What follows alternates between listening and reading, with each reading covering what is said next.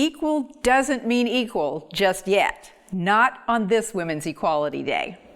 Hi, I'm Gloria Feldt. I'm co-founder and president of Take the Lead. My friend Carol Jenkins, a board member of the Equal Rights Amendment Coalition, told me over lunch a few weeks ago about the current attempt to get the ERA into the U.S. Constitution.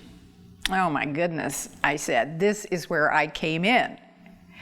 The renewed effort, founded in 2014, comes almost a century after suffragist leader Alice Paul drafted the ERA in 1923, and almost half a century after the ERA campaign fired up my activism. The amendment simply says, equality of rights under the law shall not be denied or abridged by the United States or any state on account of sex.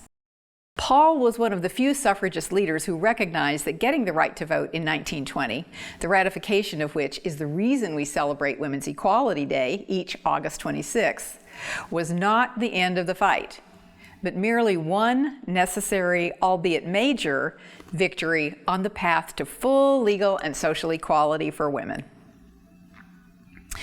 Many movement leaders declared victory and went on to other causes at that time.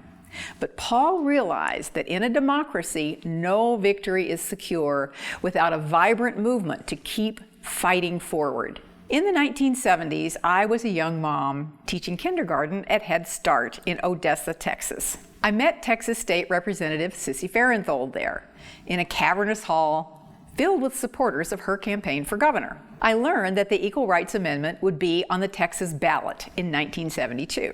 Farenthold and then State Senator Barbara Jordan, who would be the future first African-American congresswoman, were leading the charge. Though Farenthold lost her bid for governor, the ERA, in both its state and federal versions, would sail through the state's constitutional amendment election. And why not? There was an utter lack of legal protections at the time for me, my daughters, and all of the women I knew.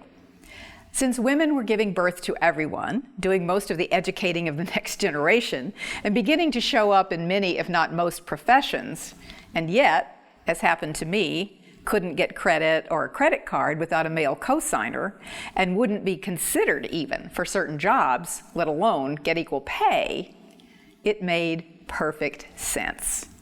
I mean, why wouldn't everyone agree with such simple justice? And yet, here I was in 2016 chatting with Carol about this new ERA movement, far across the country and a lifetime away from where I had made my first contribution to an ERA campaign, all of $3 tossed into a coffee can, and where I had begun to translate my growing passion for women's rights into both my vocation and my avocation. Now you might say, oh, get over it. So much has changed and women have smashed so many glass ceilings now that the ERA isn't needed anymore, even though a stunning 94% of Americans now agree with what's in it. In fact, 80% think the ERA has already been ratified, but it isn't. According to ERA Coalition President Jessica Neuwirth in her book, Equal Means Equal, here are just a few of the reasons the ERA is still needed.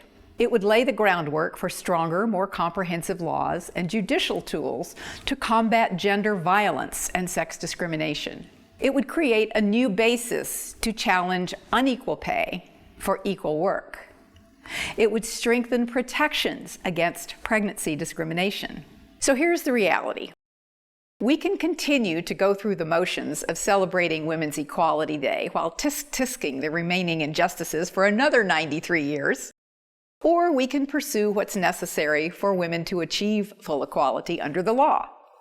This is the moment, and it is past time.